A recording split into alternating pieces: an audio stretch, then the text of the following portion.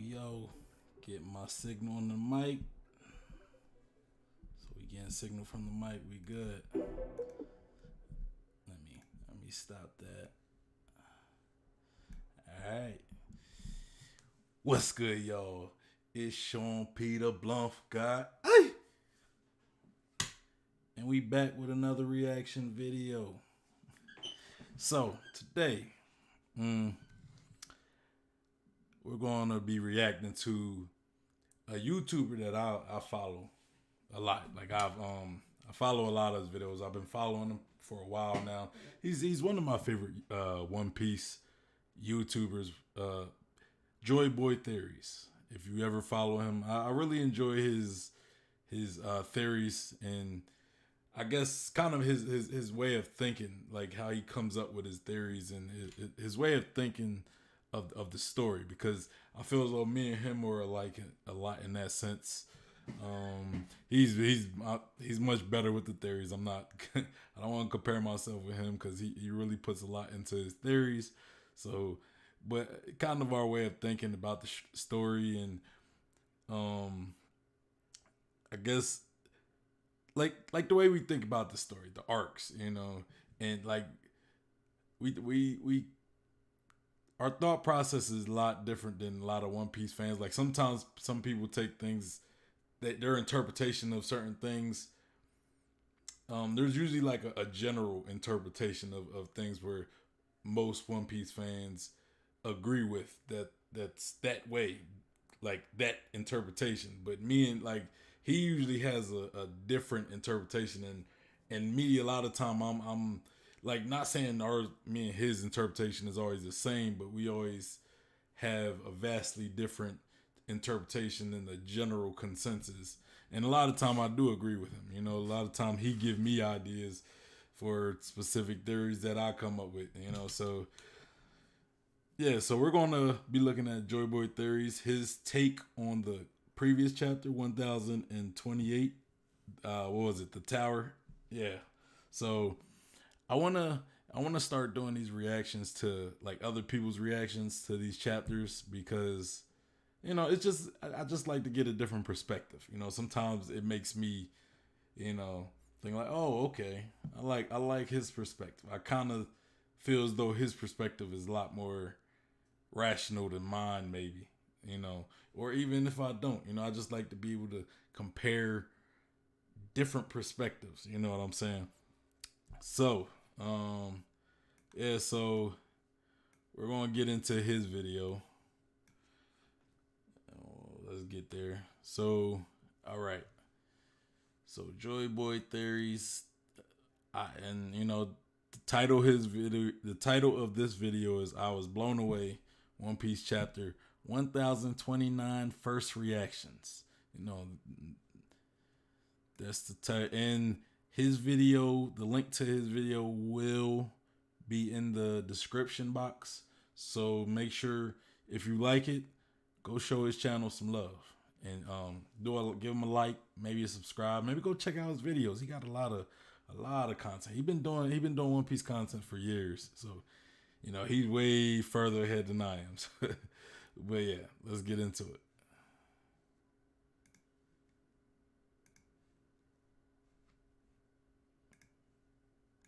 Joeboy here. So, One Piece chapter 1029 is out. If you guys haven't checked out that chapter yet, I suggest that you do so because I will be spoiling you.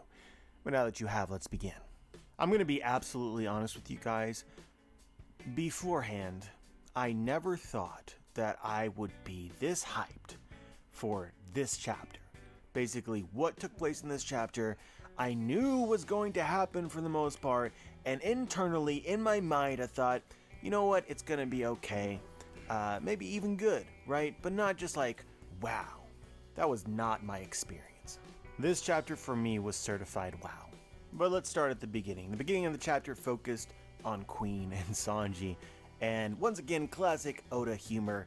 Sanji is totally invulnerable to things, even a giant blade. And Sanji's just kind of standing there like, what's going on? And also, I don't like this. Which says quite a lot about Sanji, honestly. I mean, he's gaining a new power, which is likely going to help him fight the battle, and he in no way appreciates that, which is precisely the same thing that's taking place with the raid suit. The raid suit would help Sanji win, but he would rather lose, at least at this stage, than put it on. Just the same as he would rather lose than gain Vincent powers. Or maybe phrased in a more accurate way is Sanji's... I will say this about Sanji. I feel as though Luffy... I would say Luffy has a degree of pride to him, but he's also not, he also doesn't let his pride get ahead of him. Like, pride isn't a problem for Luffy. But when you look at pride, when I think of pride, I usually think of Zoro, because I'll always think of Sanji as being a lot more compassionate and all these things, but Zoro usually seems like the person you would think would be the most prideful of the Straw Hats, but it might actually be Sanji for real. Like when you think of Sanji, like he does take pride in a lot of stuff. His pride does get the best of him. His pride in like how his chivalry, because he's a chivalrous guy. So he would rather die before, he would rather die before he hits a woman, because that's like his code. That's his code and everything, So Sanji is probably, I would say, at least equally as prideful as Zoro. He's wholly confident that he can win without them. Now, I said this like this is the truth because I know that a lot of people are going to sort of say that's the correct take. But I'm not totally sure quite yet of Sanji's level of confidence. I think that's, if it's brought up during the fight at any point in time, that would be really interesting to me. Like, Sanji, do you not want to wear the raid suit because you know that you can win without it, aside from it being distasteful? Or are you legitimately willing to lose because wearing the raid suit or acquiring the powers is some kind of evil? I said this in this very specific way because there's a lot of evidences throughout the story that suggest, I don't know if it's been outright said, but it suggests that Sanji is willing to lose. This is actually a theory and video that I've made before. In the Baratie, the first arc that Sanji debuted in, when they held Zeff and the ship captive, Sanji refused to fight. Zeff dying and his dream being destroyed was not worth winning. It had absolutely nothing to do with his confidence in his own ability to win. It was almost just like a checkmate, like, under these circumstances, I can't win. And the same thing occurred in Whole Cake Island, very similar to Baratie, where Zeff's life was dangled in front of Sanji. He was being held hostage in a respect. And so it didn't matter if Sanji believed that he could defeat his family or not. Under those circumstances, he just couldn't fight. So he didn't, even though he was very tempted. In fact, under these circumstances, he was willing to oppose his captain and fight Straw Hat Luffy, become an obstacle to Luffy's dreams. And this applied even beforehand, when Sanji decided to go to Whole Cake Island in the first place. This is not spelled out because I think we're slowly getting there in the story, but I think Sanji knew that going to Whole Cake Island was probably a bad idea and not what his captain or the crew wanted. But at this moment, what they wanted didn't matter to Sanji. He believed that he couldn't accomplish his dreams, or didn't want to accomplish his dreams, under the scenario, in the circumstance, that cost Zeph's life. But of course, there's other things that have a similar effect on Sanji. For instance, fighting women, right? Sanji has a role to play in the crew. They're all sort of teamed up together to accomplish their dreams together, and that involves defeating their enemies. But when Sanji is faced with a woman and is forced to have to hit her or fight her, he simply can't. Winning while being forced to do that is not winning in the right way as far as Sanji is concerned, and he... I think we may really come to a point where, like, Sanji is literally on death's door, possibly, because of his code of, not willing to hit a woman, like, there could be a point where that is really tested, you know what I'm saying? Like his willingness to, like, lose in order to not hit a woman. Like, it may come a point where, like, let's say Nami or Robin, life is in danger, and the only way he can save Nami or Robin, like, either one, whichever one, the only way he can save them is if he hits a woman. You know what I'm saying? Like it may come to a point where he has to hit a woman, or like Nami could possibly die, or possibly Robin. Like there may be, Oda may give Sanji a situation where his code is really tested. Like, we've seen plenty of situations where Sanji's code is somewhat pushed, but it's more like the only thing on the line is his safetyness, his life. And if that's the case, I don't really see Sanji breaking that code. But it may come to a point where somebody else's life, like another woman's life, may be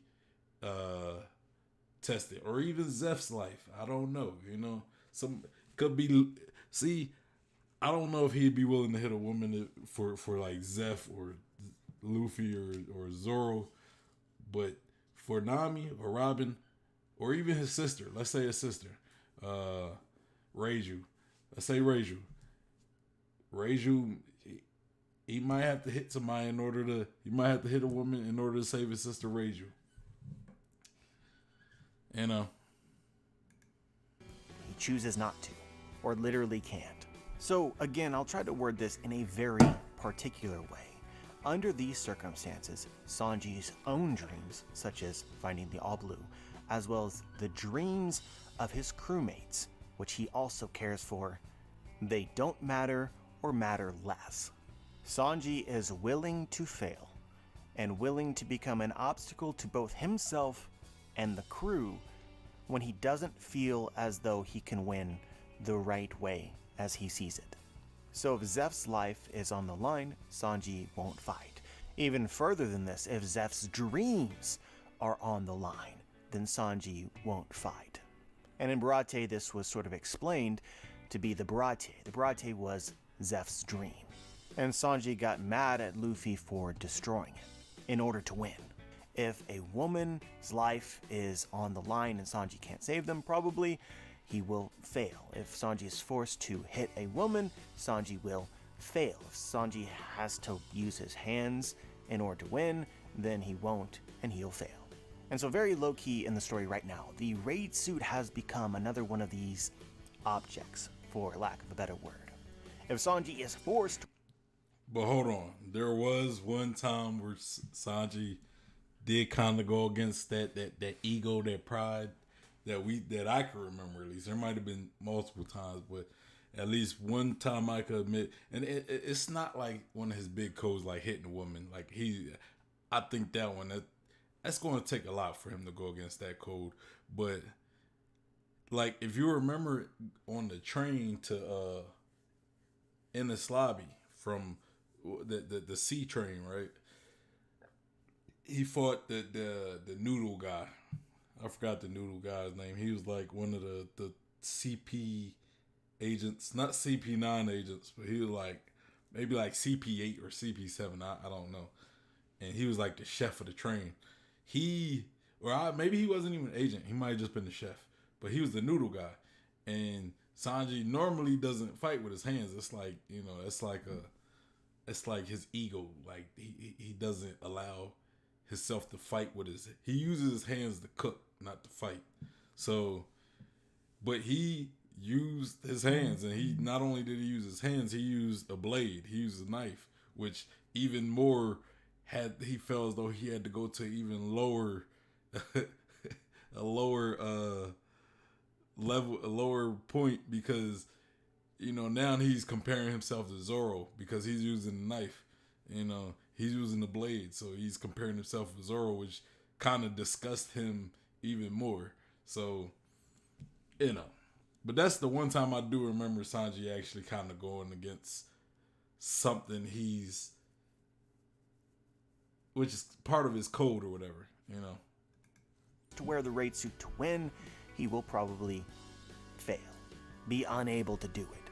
I think that it's a little bit more complicated than that. We talked about it last week, but I'll spare you. But in this way, it sort of describes Sanji as a man of incredible principle and unbreakable resolve. It also illustrates incredible selflessness, because in this, Sanji puts aside what it is that he personally wants most: his dreams, and the dreams of those that he cares about aside from Zeff, which kind of puts Zeff on a pedestal above everybody else. But it also creates internal conflict because he doesn't not care about the other Straw Hat's dreams. And so this leads to sort of the emotional moments in Whole Cake Island, where just like Zeff, right? Zeff's dream was the Baratie. He didn't want Luffy to destroy it. Well, Sanji himself doesn't want to destroy Luffy's dreams. And so these things often come to a head and are the best moments for Sanji in the story. Who does he choose? Does he choose Zeff, or does he choose himself and Luffy? And make no mistake, guys, Oda is aware of this nuance. This is the most central conflict. When Sanji leaves the Straw Hats to go to Whole Cake Island and then eventually determines that, they'll go on without him, he can't return to them. He knows that they need him. So by doing this alone, by abandoning them, he is destroying their dreams, because they cannot accomplish them without him. So in order to have peace of mind, he deludes himself that he doesn't matter, when I suspect that he knows that he does. And so this conversation actually took place in the middle of Whole Cake Island. That's a good way to put it, because I was about to say, like, Sanji was kind of like making it sound like they didn't need him, So the fact that he kind of say like Sanji had to delude himself into thinking he doesn't matter, even though he does matter. That's a very good point that I think Joy Boy brought up. That kind of, countered, like it covered up that contradiction that I was kind of thinking of, where Luffy had to definitively stand there and say to Sanji, I can't do this without you, which translated means I can't accomplish my dreams without you, which puts Sanji in the center of two opposing forces pulling him, whether or not he chooses between Luffy and the crew or Zeff, when Zeff's life is on the line, or his dreams are on the line. But, and I want this understood, if Sanji had to choose between his own dreams and Luffy and the crew, or Zeff, he would always choose somebody other than himself. Yeah. It just happens to be true that the crew needs him so much that their dreams are intertwined. I'm sure Sanji wishes Yeah, that kind of wasn't like the case. the whole Zoro and Kuma thing. You know, he was also there willing to sacrifice him like himself, but you know, Zoro kind of was like, nah, Cook, you not take this is mine. You're not gonna take away my moment. Zoro was like, nah, bro, you're not gonna take away my moment. I know you're always trying to upstage me, but you're not gonna upstage me this time. Which is the kindness that Oda alludes to and talks about a little bit in Whole Cake Island. Sanji is more than willing to sacrifice himself, his wants, his dreams for others. Selflessness. But so I've obviously said this before, but for those who haven't heard it, this is where it really becomes important and potentially mind-blowing. Sanji can't fight because Zeph and his dreams are on the line. He will continue to stand, he will bear it so that the ship and Zeph's dreams can live for one moment longer. But he can't actually fight. Not when winning means losing these things. He says, and I quote, "I'll never let anything else be taken from him." So Sanji will throw his life away so that Zeph loses nothing else. But the thing that Sanji never understood in Baratie, and doesn't understand to this day, is that Sanji himself has value. If Sanji dies, if Sanji's dreams die, they will be things taken from Zeph just the same. So it's just another conflict with Sanji at the center, being pulled in opposing ways, just one that Sanji doesn't understand. Sanji will throw his life away for Zeph so that Zeph does not lose anything else. But that act in and of itself makes Zeph lose something. Sanji says this in Baratie explicitly, and it's suggested in other places. Sanji believes himself to be worthless. It doesn't matter if he dies. It doesn't matter if he's happy. But that definitely matters to Zeph. And so I think that this leads to like the ultimate moral for Sanji. Like Sanji's final form in the series, which I think Oda's been slowly working towards from the very beginning. Sanji needs to learn to love himself. Some people will say, well, this is just so integral to Sanji's character. Why would that ever change? Well, this is the reason why I think that it will change and it should change. Bro, Sanji is just simply willing to throw his life away if he has to hit a woman in order to win. That is who Sanji is, and it should never and will never change. But the act of this, the reason why Sanji does it is because he doesn't value himself. He doesn't love himself, which is wrong. Sanji has explicitly stated in the story what it is that he actually wants. He actually says this in the story. You can pull up the panel. He wants to be able to hit a woman, if it means fighting for his friends' dreams and lives. But he literally can't. He wants to do it, but he can't. He can't do the thing that he wants because he does not value. He got to put that up because I don't remember Sanji saying that. But I'm not saying he didn't, but I don't remember Sanji saying that. But I gotta see where that. If somebody know where that is in the story, the manga, where you say you want to hit a woman, put that in the chat. Let me know. And another thing, what I think, and this is why I like Joy Boy. Joy Boy gives you like he gives you a different perspective where most people don't really, like he give you like the psychology of characters or no people not talking about like Sanji, not caring, not valuing himself. Nobody talks about stuff like that, which I'm not saying nobody, but not many, not like, your average One Piece fan. But yeah, one thing I think we need in this story is we need to see Zeph and Sanji reunite, and we need Zeph to kind of tell Sanji like, look, it's okay to value yourself. Like we need like a good heart-to-heart moment with Zeph basically telling Sanji what he needs to hear in order to kind of stop like using his family as a crutch and using other people as a crutch to not succeed in life. I think that's what we need in this story. We need a Zeph and Sanji one-on-one Zeph basically telling Sanji, look, man, you could care about yourself or care about your dream. You know, go achieve your dream. Don't let people get in your way. Don't let other people, don't let me get in your way. Don't let not wanting to hit a woman get in your way. And then I think that would be that aha moment for Sanji to actually really change and be the best he could be for his crew and not. So we not seeing these moments where Sanji's like, oh, I don't want to put my raid suit on because then I'm accepting being the Vinsmoke, you know, stuff like that. Himself at all. And so why exactly can't Sanji hit women? What prevents him from doing so? Well, we learned this in chapter 842. Zeph says, a man can't kick a woman. It's been the rule since the age of the dinosaurs. Listen up. You can make all kinds of mistakes as a human being. But if you ever set foot off the path of a proper man, then I'll cut off your balls and slit my own throat.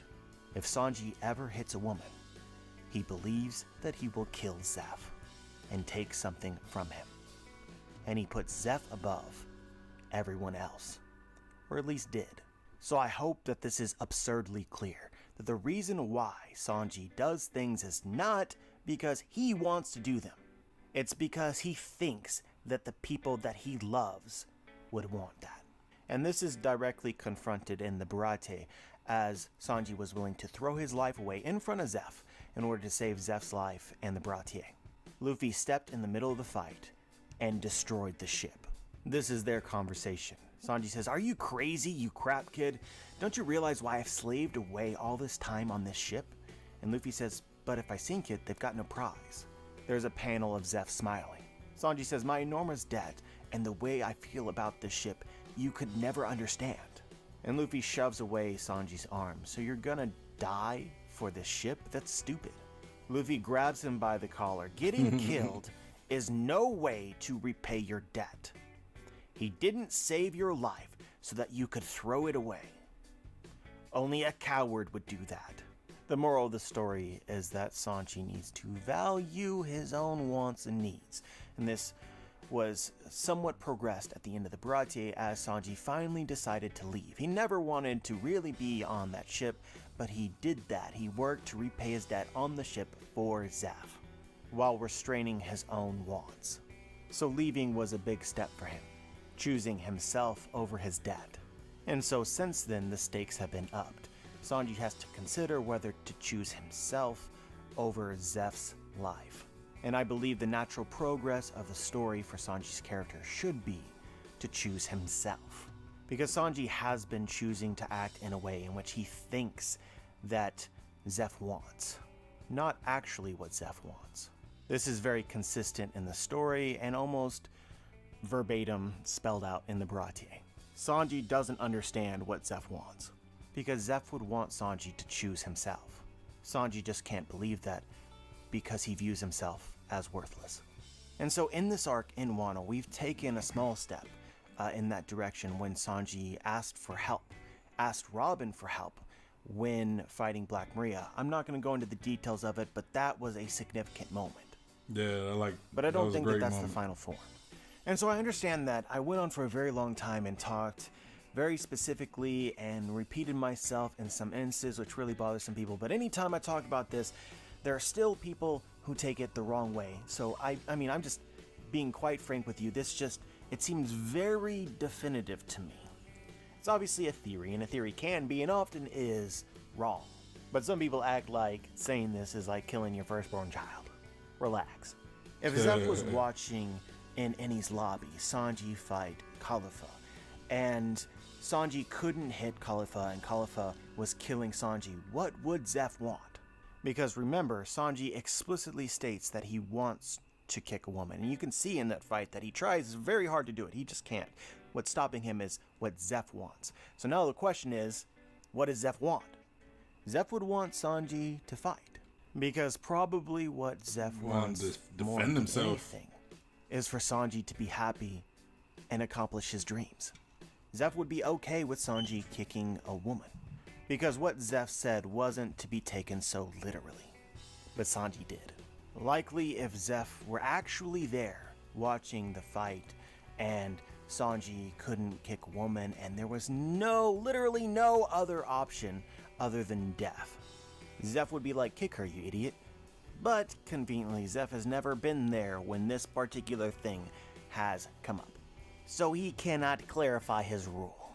And or Sanji hasn't died because there's some other way. But the possibility exists that Oda might put him in a situation in which there is no other way, and that would be very interesting to me.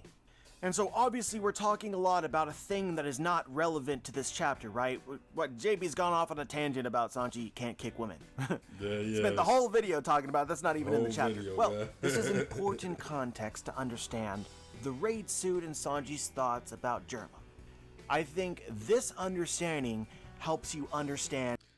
Yeah, if y'all wondering why I haven't stopped the video as much, a lot of it is because he's just been talking about Sanji and a lot of stuff that's not pertaining to the chapter. And it's it's a lengthy video, about 36 minutes. So I don't want to be stopping, especially since he's only been talking about Sanji and kind of going off on a tangent. So I kind of want to let him finish this whole Sanji thing, and then once we get back in the chapter, I might try to, add my input a little more. But like he said, he's kind of laying the foundation, I guess, for his point. So I'm gonna let him continue, and then, and the things that are currently going on. In a very, very similar way, Sanji cannot wear the raid suit. But the reason for this has not been explained yet. My theory, guys, and whatever your answer to this is a theory, but my theory is that it also relates to Sanji's debt to Zeph. And another thing that Zeph would not in any way agree with.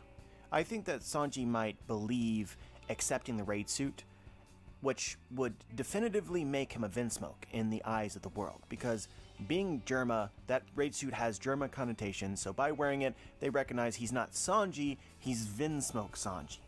And being Vinsmoke Sanji almost disowns Zeph as his father. Or at least I speculate that Sanji might see it that way, even though it's absurd. Sanji believes a lot of absurd things, which is why he does not want to be associated with that name in any way. He's Sanji of the Baratie, which is why... As reasonable as Sanji seems to be among like the three, when you look at the trio, right, the monster trio, you look Luffy, Zoro, and Sanji. It's almost like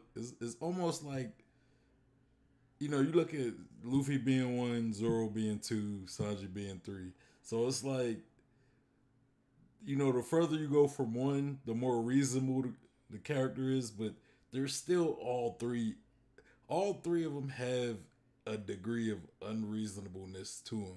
It's just Sanji is kind of the most reasonable of the three, but in some cases he's not. When it comes to women, he's not reasonable. When it comes to things like fighting with like him not wanting to put on a raid suit because he don't want to accept being a Vinsmoke, that's not reasonable. Especially if the mission's in jeopardy. You don't want somebody's pride to stop you from completing the mission. So Sanji does have a degree of unreasonableness, but his unreasonableness comes more in the midst of battle. When you have Luffy and Zoro, they're unreasonable. Like, them being unreasonable usually comes in like outside of battle. When during battle they're very focused and locked in, but outside of it, like when they're having normal interactions with people, sometimes they could be a little idiotic and unreasonable, but in the midst of battle, nah, that's when they're at their best. Sanji, on the other hand, it's kind of vice versa with him. Sometimes it's the fights when he's in the middle of a fight is when he lets his ego take over, Why he won't wear the raid suit specifically when someone recognizes the suit for what it is. A Germa suit. But he'll wear it when he thinks that he won't be recognized, such as when he's invisible. So this is what I actually think, right? This is if you're asking me, JB, what do you think is going to happen? That's what I think. Whether you agree or not, right? It's just, that's my theory. But there's some discussion about this which I haven't talked about yet and is very, well, I like the discussion, so we're going to discuss it. We've talked about a lot of Sanji's rules, right? And how they're wrong. Sanji doesn't hit women, but he wants to hit women. Sanji, you should hit women, right? Sanji doesn't wear the raid suit, you know, it's like, but he's going to wear the raid suit. You need to wear the raid suit because wearing the raid suit will make you stronger. And the Straw Hats need your strength, so just do it. But I haven't mentioned at all Sanji's decisions, and this has happened twice in the story, to feed the hungry, no matter the consequences of that. He fed Don Krieg in the Baratie arc, and he fed Big Mom in the Whole Cake Island arc. I can already imagine some people listening to this video pounding their hands on the table. Not only did he feed Big Mom, he could have possibly poisoned her. But his idea of, you know, like, not like that's just below him. That's beneath him to kill somebody through like poisoning or whatever. But it would have been the most logical thing at the time. I mean, just imagine if he would have poisoned Big Mom and she would have, let's say she would have died, you know, would we be dealing with her in Wano right now? No, we wouldn't. You know, and Sanji could have actually been the one to get rid of Big Mom. Sanji could have literally soloed Big Mom by himself through his wedding cake, but you know, it's that pride, it's that ego, like we saying. Table. JB's not about to do it, right? JB not about to say that Sanji needs to not feed the hungry. Like that, bro, you don't understand Sanji's character. It's gonna happen, I know it. But so here's a spoiler alert. I don't think that Sanji should stop feeding the hungry. Because what makes this example unique from hitting women is that this is what Sanji actually wants. Not a misinterpretation of Zeph, projecting on Zeph things that he thinks Zeph wants, or taking his words absurdly literally past the point of any rational justification. Yeah. This is something that Sanji actually believes from his own life experience, and that is an extremely important difference. When Sanji chooses to feed Big Mom, he's actually not choosing Zeph, he is not choosing the Straw Hats, or their dreams. He is choosing himself, which we've talked about a lot in the video already, is my theory that Sanji should do more of this, but more related to him rather than just general kindness based on his own life experience and suffering. But what this establishes is that even though Sanji has the potential to be fighting for the wrong causes or for the wrong reasons, Sanji is still a man of very high principle and integrity, ignoring bathhouse scenes. And so, given the choice, Sanji will still try to win the right way as he sees it. And some of these...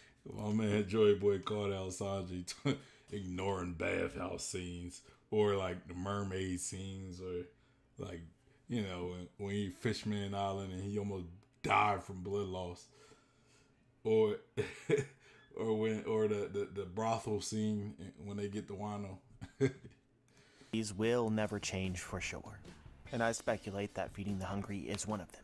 Letting a person starve to death is not winning the right way. Sanji will never do that, and he is not doing this because of Zeph or anyone else. This is Sanji's will. And so I bring this up because, again, it could be relevant to the raid suit. Whereas I've speculated, my theory is that wearing the raid suit has something to do with Zeph. But many people will probably disagree with me, and they'll say, well, no, it just has to do with the Vinsmoke. Sanji himself doesn't want to be associated with or tied to the Vinsmoke family. That's the reason why he doesn't want to wear the raid suit. It has nothing to do with Zeph, JB. And what's interesting about this is that if you assume that to be true, then this is a thing that should not change. As in me saying that as long as Sanji continues to not want to be a Vinsmoke or be associated with the Vinsmoke, then he should not and will not wear the raid suit if he believes that he will be recognized, no matter the damage, the potential damage it could cause to the crew's dreams. So this is like the other side of the coin, right? Where we're like, well, Sanji, you should do what you want to do, what's best for you, and it leads to a positive outcome. But there will be instances such as not using his hands in combat where I would very heavily argue that that's not going to change, because that is what he wants, or that is what he actually believes. And so Sanji is still the same guy that would choose to lose rather than break these rules. And I find this to be an interesting discussion now, because I think the whole community really expects that there's going to become a moment where Sanji's going to get beaten up, he's going to be losing, and it'll be win or raid suit. And everyone's expecting that he's going to choose the raid suit in order to win for the sake of others. But it could instead be a moment like feeding the hungry. One of those unique moments where Sanji chooses himself, if he really, really, really doesn't want to wear it. So that's some nuance that I'm keeping an eye on personally. Would be very interesting. But yeah, we have spent 23 minutes talking about Sanji, which was like the first 3 pages. The only other things that I want to say You know something, this is kind of going off on a tangent a little bit, but it just kind of popped into my mind. I want to see a moment with like Sanji and Big Mom. You know, I want to see maybe Big Mom bring up that wedding cake, or not the cake, yeah, the wedding cake, yeah. I want to see maybe them bring that up, and maybe possibly, like, I feel as though that should come into play during the Wano arc. I feel as though Sanji making that cake for Big Mom and it being so good and Big Mom enjoying it so much, I think that should come into play in Wano. Possibly, like I already said before, I believe that Big Mom could potentially betray Kaido. I think Big Mom could potentially betray Kaido. I think a lot of the groundwork is already put in place for her to do so. You know, so I mean they're both already Yonko and they're pirates. So I mean betrayal is not nothing new, right? So on top of the fact that Kaido never went and go retrieved Big Mom's family. One of Kaido's men was fighting Ulti was fighting Big Mom, and Ulti is one of Kaido's subordinates. I mean, I just think it's little things that kind of could lay a foundation for Big Mom to eventually betray. But I think one thing that can also maybe push Big Mom is maybe if her and Sanji has a moment to where, Sanji brings up the cake, or maybe she brings up the cake, and, she's almost kind of, like she remembers it, and she's kind of like, man, that was such a. I know I'm kind of reaching with this one, but I don't know. I want to see an interaction. It don't have to turn into Big Mom like betraying Kaido over a cake, but I would really want a moment where they do bring that up, where it's like they recall it in the story, during the moment with like a Sanji and Big Mom interaction, and if it came into play. Hey, you heard it here first. If somehow that cake comes into play in Wano, but yeah, I don't know. I think it could be interesting. But let's continue. Before we move on is, Oda's almost promised in this scene that there's going to be a satisfying answer, a good answer for why Sanji's latent Vinsmoke traits are coming out. So I'm very excited to see that answer. I still don't have a great answer myself, but I trust Oda. And the other thing is that there's this implication that maybe Sanji And to answer that question, the whole, his latent, Sanji latent, I believe that's genetics, and I believe it has to do with the raid suit.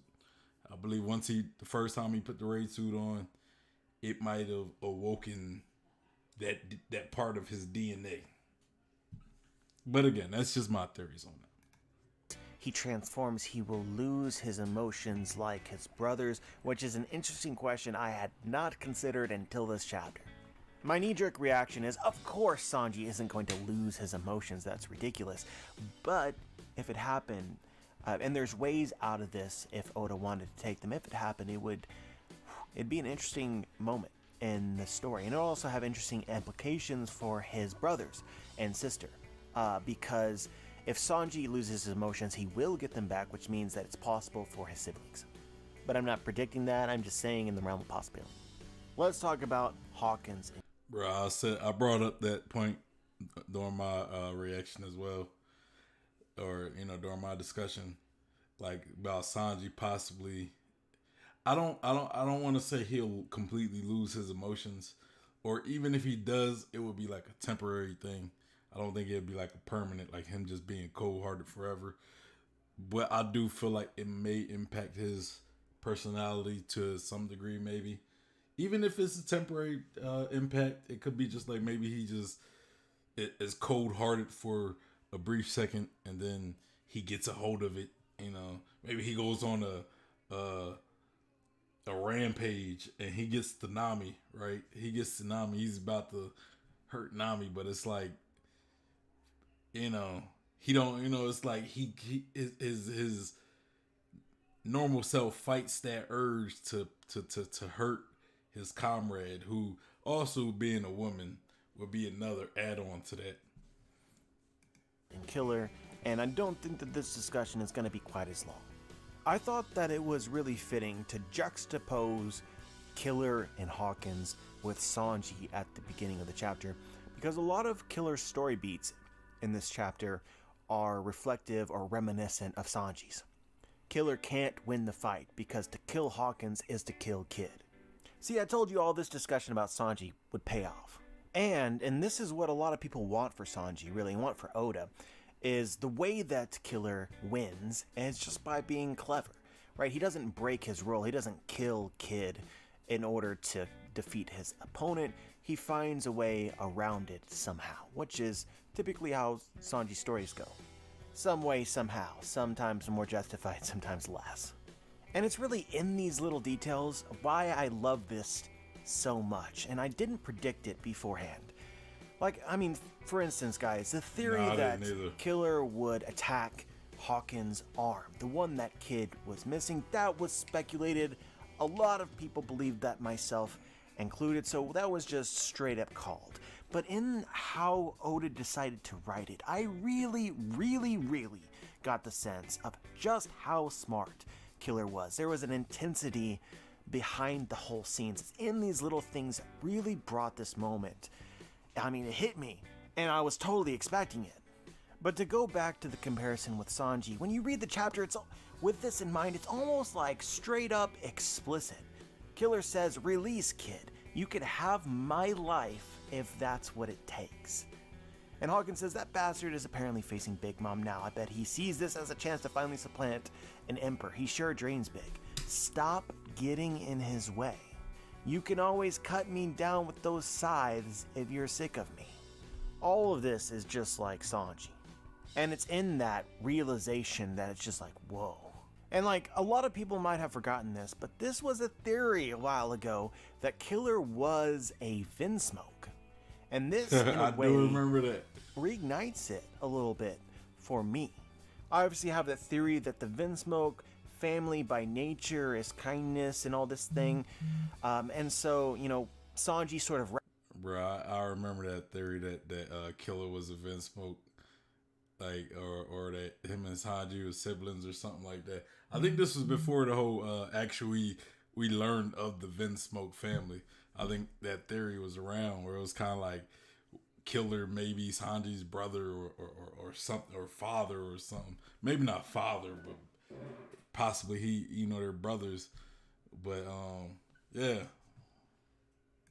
Represents what the Vinsmoke should be like, and Killer being like Sanji is just, I just want to throw that out there. Maybe like a distant cousin. And then the conversation later where Killer explains how we fought through the impossible odds you foresaw and we're still here, which is a conversation about probability and taking risks and chance and fighting for your dreams. And then Killer has the moment of realization of maybe there's a way, because there's been a way before. And the scene where he cuts off the arm is just so brutal. It's so brutal and beautiful. The look of shock on Hawkins' face, everything about this landed. But at the same time, there's a lot of little things spread in between here, which, in my opinion, is great discussion. Hawkins has his final stand with Killer where he pulls out the straw man card. He says the straw man can't die. Its fate is determined by the cards and it will be revived. And he pulls a card, show me the result of this battle, and you get the Tower. The Tower signifies great change and upheaval of the established order. Its hidden meaning indicates an opening of a new path. The odds are changing. The way that I understand this, or the way that I choose to understand this, is that something that had such astronomically low probability, 0.00001% chance of happening, is now vastly more likely. So it's not necessarily a new path as much as an existing path is now feasible, based on the various unlikely things that have occurred in succession. So I'm sure that most everybody took this away from the chapter, but Oda is setting up the expectation that the Allies win. That's what you should take away from this, right? Like the new path is they win. I would be somewhat skeptical of that. Be cognizant of when Oda wants you to believe things, but this is still really interesting. But Oda's even a little bit more. Bro, I said like that saying that the whole Tower, like I said, the obvious interpretation of that would be, of Luffy and their, like Kaido and everything, everybody losing, but I feel as though that could be interpreted different ways, and it could also be kind of a misdirection. It could also make you think that it makes you think like, oh, that's even another clue. Because I was like kind of arguing. I don't want to say arguing, but I was kind of debating with somebody on Facebook. I told them that, I told my opinion about Kaido possibly not winning. And, they was basically saying like, oh yeah, there's clues that saying Kaido is going down this chapter. And I'm saying the fact that you can see all these clues and it's like, it just has you convinced that Kaido is going down.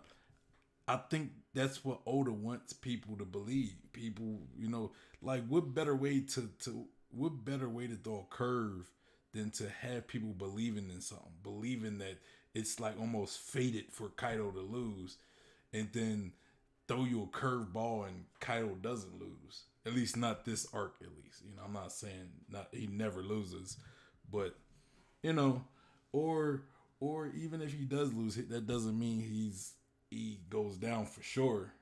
That don't mean he's down for sure. He can like lose. He can be defeated, but not put down.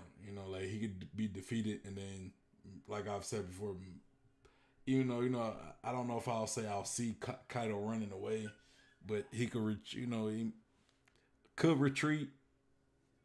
I don't know. But yeah, let's go on. Specific than this, because you have the meaning of the Tower card revealed by the narrator, and then you have a panel of Kid. Yeah, never felt better. And Killer says, go for it, partner. The implication of this is that Kid might defeat Big Mom.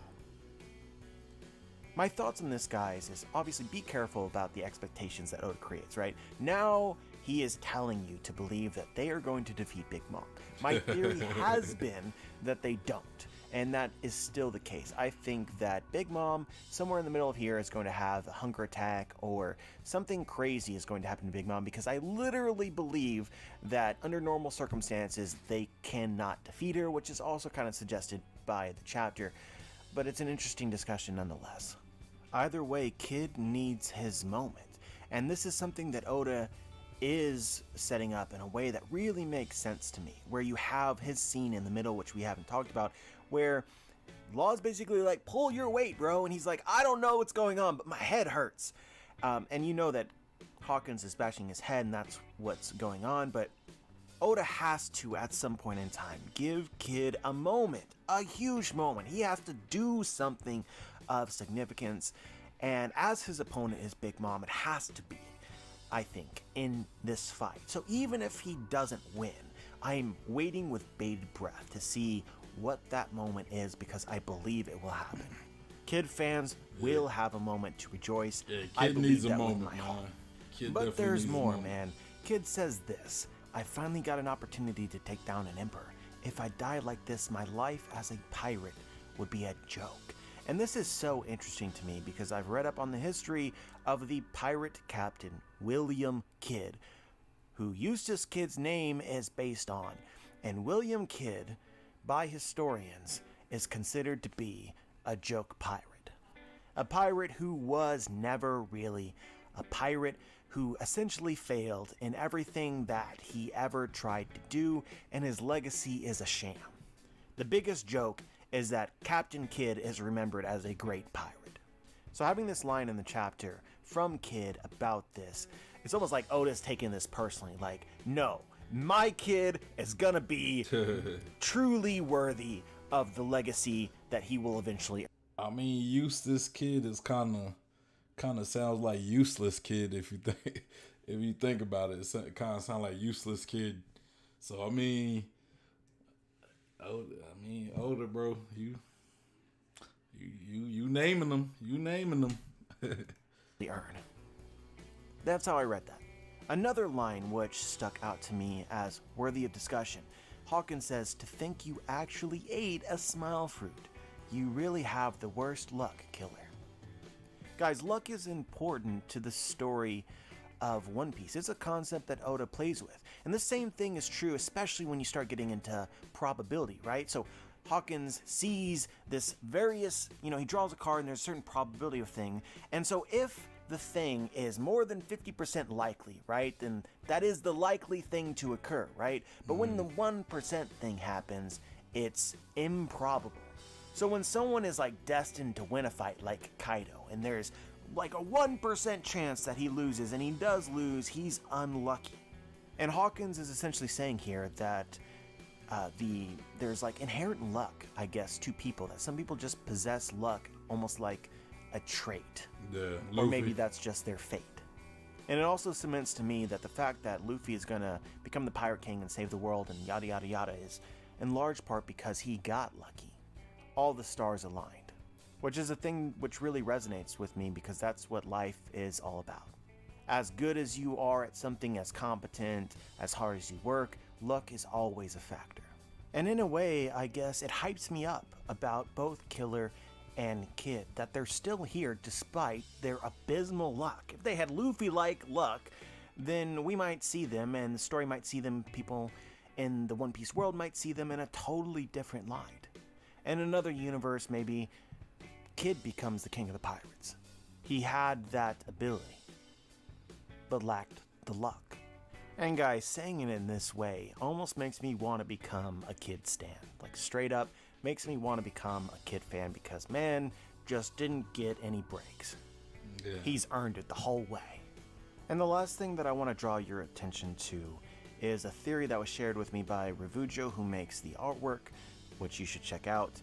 But he shared his theory with me about this, and it kind of blew my mind. But there's a panel in the middle of this chapter where some scrubs of the Kid Pirate says, "We can't take this anymore. The fire's almost here. We need to hurry and leave before it's too late." Oda has been very, very repetitive about this fire existing, and we have, for the longest time, tried to understood what its great role in the story will be, because Oda has spent way too much time focusing on it for it not to be crucial in some way. And so in recent chapters, we speculated that, well, Onigashima is burning like the bonfire in the Flower Capital. This is the fire festival. The fires reach up to the heavens. That fire is probably gonna potentially ignite those explosives unless Yamato takes care of them, which ultimately might, Yamato might take care of them in like the nick of time, but it's probably gonna be like a very, like, she barely stopped the explosives, might be like something like that. Like she barely stopped the fire from affecting. Either she barely what's it called? not when you disarm. She probably barely disarmed the explosives in time, or I don't know. You know. And it reaches the ancestors and the dead. This is the festival celebrating the dead, so there's some symbolic importance there. But Ravujo's theory, to me, was that if this fire is such a big deal, and the bombs that Yamato is looking for are such a big deal, it would be very, very interesting and incredibly intelligent if the point of the fire, in a very, no one's gonna predict this, at least not until Ravujo, is that the fire sets off the bombs. Or at least the threat of that will exist. Yeah. And so I really love this theory, both because it makes sense, it's an incredible subversion from our expectations. I think that it could happen, and I wouldn't know what exactly would happen next. And that's why I like it most. One of the greatest feelings for me personally when reading a story is having an author that I trust completely, like I trust Oda, and having something so wild happen that I'm left totally dumbfounded and unsure about what will happen next, but absolutely sure it's going to be amazing. But yeah, guys, this chapter was really, really incredible for me on so many levels. Part of that, and I understand, is just how I interpret the story. And so I think that you can start to see my perspective when I explain it and review the little things which really add to my enjoyment. So I'm glad that I'm able to share those things. But I think the chapter was well. All right, that's pretty much. Yeah, it's like he said. Like one thing I do enjoy about Joy Boy's perspective is just because it's different. It's not different in the sense that it's just some of his beliefs are that vastly different. It's just he looks at sometimes, he tends to look at little things and kind of feels though, those little things got bigger meanings, and a lot of things that some people might glance over. So it's just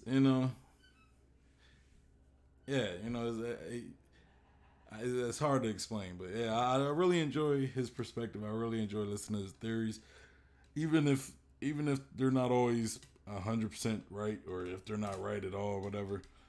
It's just that's kind of that's part of why I love this community, why I love One Piece so much, because it's just the theories, the predictions, the discussions, all these things. It's such a big universe with so much to talk about, and that's part of the fun for it.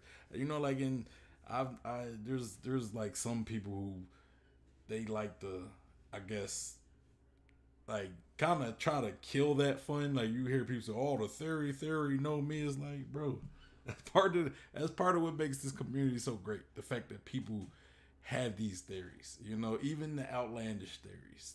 It's just fun to theorize and come up with ideas. But even though this wasn't really much of a theory video, it was about the chapter. A lot of stuff he talked about was kind of theory, especially with Sanji. And, it's kind of he went in the depth of Sanji's character, like almost like a Sanji analysis, which was dope. I really never. I'm not saying I never thought about Sanji in that way, but in his the specific way that he explained, I never thought of Sanji in that way. But I always looked at Sanji as a very interesting character, and like my thoughts about why he didn't want to put the suit on is, I do kind of take it as face value. Like I do think it's a Vinsmoke thing. I don't know if I agree with him on it being a Zeph thing, but I do believe Zeph, the impact and influence that Zeph has on Sanji's life, I do believe that is part of it as well.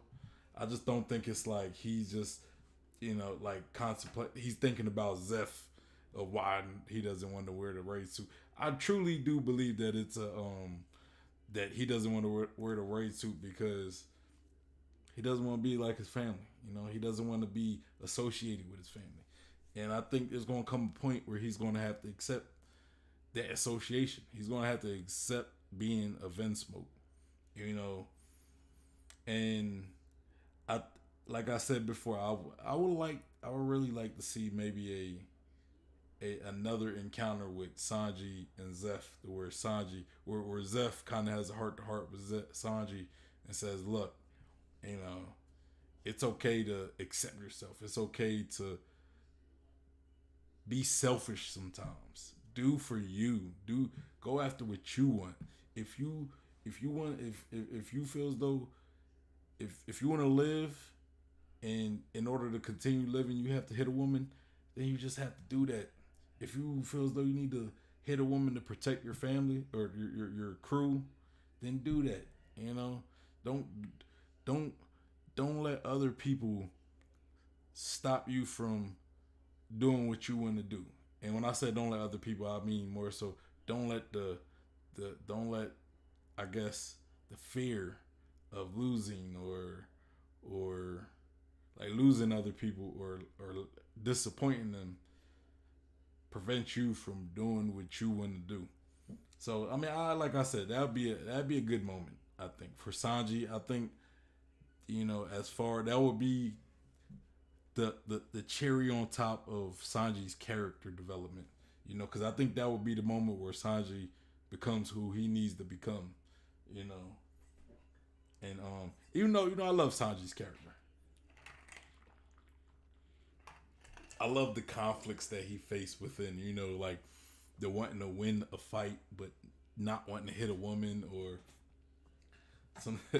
It's entertainment, but yeah. So yeah, that's pretty much the video. It's pretty much the stream. Let me know what you guys thought about the video, that we talked about.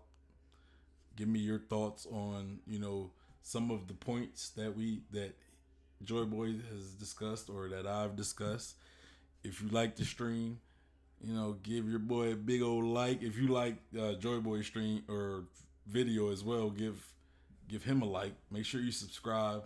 Again, remember, I'm doing a giveaway at 50 subscribers. I didn't say that in the beginning of the video. I always feel as though I gotta say that to remind you guys. But yeah, make sure you subscribe so we could do this giveaway. And if there's a content creator, if there's a video you want me to react to, you can send it to me on Instagram, Twitter, at BlumpGod, or you can send it in my Facebook group, or my Facebook gaming page, and my One Piece Discord. All of them the links will be in the description box below. You could connect with me on any of those. If you have a video you want me to send, send them my way. If there's a content creator, comment down here if there's any content creators where you want me to do a chapter review to. Like I could do a reaction to their reaction of maybe next week's chapter. Okay, well, but I don't know about next week. We'll talk some more about that next the next discussion. We'll talk about what's going on in the next coming month. This Sunday when I do my One Piece chapter discussion, because next week is going to be, it's you probably won't be seeing me for like a week.